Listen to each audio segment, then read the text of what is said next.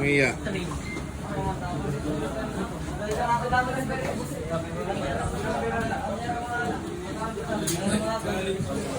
Sige, tuloy mo lang yan.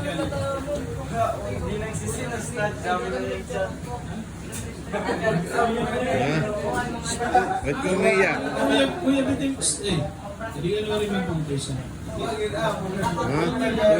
Umiiyak sila dahil nag-lecture si Ustad Fahad at tungkol ito sa Birrul Walidain, sa paggalang sa mga magulang, kung paano dapat igalang at irespeto yung ating mga magulang.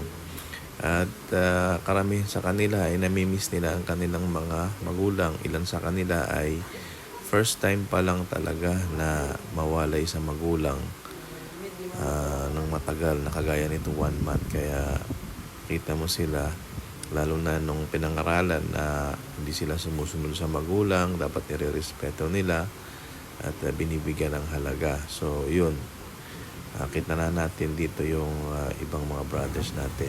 Ayan na sila, ay iba-iba. After na yan ay kanya-kanya na silang diskarte, tawag at text, at magsabi sila ng I love you sa kanilang mga magulang. So yun ang nangyari.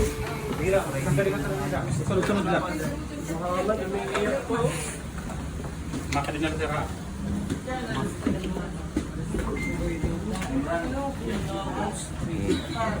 Yung umiyak.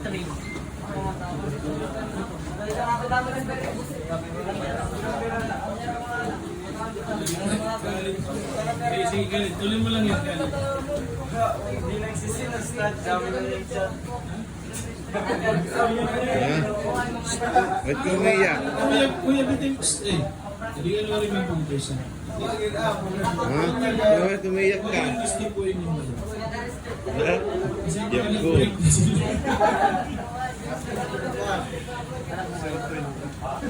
Sige,